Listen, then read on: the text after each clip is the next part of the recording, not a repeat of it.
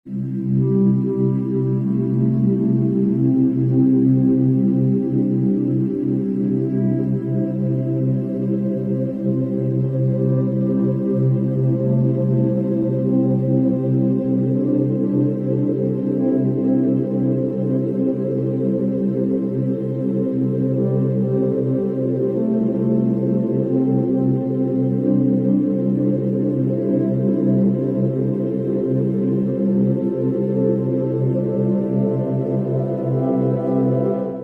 sahabat Girl Blessing, Happy Sunday. Ini adalah minggu kedua ya. Kita di bulan Januari, di awal tahun 2021. Dan mungkin ini awal yang cukup berat ya. Maksudnya kayak bukan awal-awal yang cukup manis-manis, tapi ternyata 2021 itu menurut aku pribadi itu awal tahun yang benar-benar kayak memicu adrenalin banget, karena kayak jadi singkat cerita intinya di bulan Februari aku harus magang dari fakultasku, dan kayak banyak banget ketakutan-ketakutan yang aku pikirkan, entah itu dimulai dari mencari tempat magang, terus juga lingkungan magang, terus interview, terus juga sidang skripsi. Kayak semakin lama tuh semakin tantangannya semakin ada gitu loh. Dan ini baru awal tahun banget, bahkan kita belum menyelesaikan bulan Januari ini. Dan kemungkinan juga nih teman-teman, kita juga mungkin pernah atau kita lagi menghadapi nih hal-hal besar yang kita takuti juga. Mungkin ada yang mau wisuda, ada yang lagi mencari perguruan tinggi, terus ada yang lagi mikirin karirnya nih, mau ngambil apa, mau kerja di mana gitu kan ya. Setelah kita tahu juga awal tahun ini kan kita masih sama-sama bergumul dan mendoakan ya negeri kita supaya terbebas dari COVID-19. Dan mungkin juga banyak lah masalah-masalah yang dihadapi sama orang-orang lainnya, entah itu dari anak-anak yang mungkin kehilangan mainannya, atau orang dewasa yang harus kebingungan mau nyari uang gitu kan ya, atau orang tua kita yang bayarin kita kuliah gitu. Dan pasti sangat gampang banget ya untuk kita tuh merasa kewalahan gitu loh, untuk ngerasa takut gitu. Dan bahkan kita juga hampir gak pernah tahu gitu loh, apa sih yang sebenarnya kita lagi lakuin atau kita hadapi gini. Dan aku keinget sih sama kisahnya Yosua. Sebenarnya ini ambil ayat pun aku dari resolusiku tahun 2020 yang lalu ya, mengenai kuatkan teguhkan hatimu. Tapi aku kira 2021 ini akan menjadi sesuatu yang berbeda, di mana aku akan belajar untuk bersyukur kembali. Tapi Tuhan tuh gak pernah kayak berkata, kalau kamu udah ganti tahun, yang lalu udah dilupain gitu aja. Tapi yang malah yang baru akan semakin ditambahkan.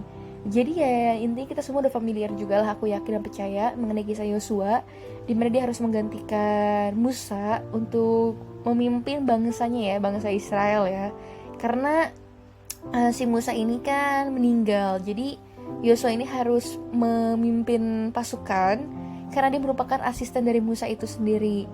Dan kedengarannya tuh mungkin kayak sebuah tekanan ya. Yosua sendiri itu sampai dikasih tahu sama Tuhan tuh mengenai kuatkan dan teguhkan hatimu di 3 kesempatan yang berbeda. Dan juga Tuhan mengatakan ini bukan kayak sekedar menguatkan aja, tapi Tuhan tahu kayak Yosua memiliki tugas yang besar di hadapannya. Dan Tuhan juga tahu nih bahwa Yosua mungkin akan ketakutan, tapi Tuhan juga tahu bahwa Tuhan tuh memiliki rencana dan bahwa Tuhan tuh akan menyertai Yosua. Itu sebabnya si Yosua ini bisa menjadi kuat dan berani, karena si Yosua pun tahu Tuhan berada di sisinya. Dan yang paling keren tuh kayak gini loh teman-teman, Tuhan juga akan menyertai kita semua sama seperti Yosua. Dan Tuhan tuh mau kita menjadi kuat dan berani ketika memasuki musim kehidupan berikutnya.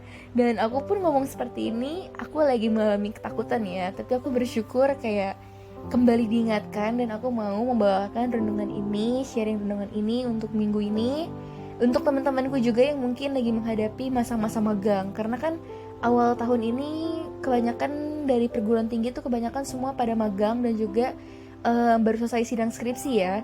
Dan semoga ini bisa menguatkan kita gitu.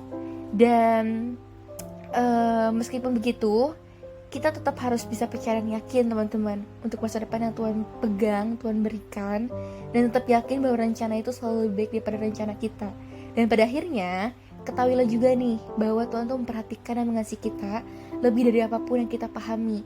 Gak peduli apapun yang diberikan oleh kehidupan pada kita, Tuhan gak akan pernah meninggalkan atau melantarkan kita.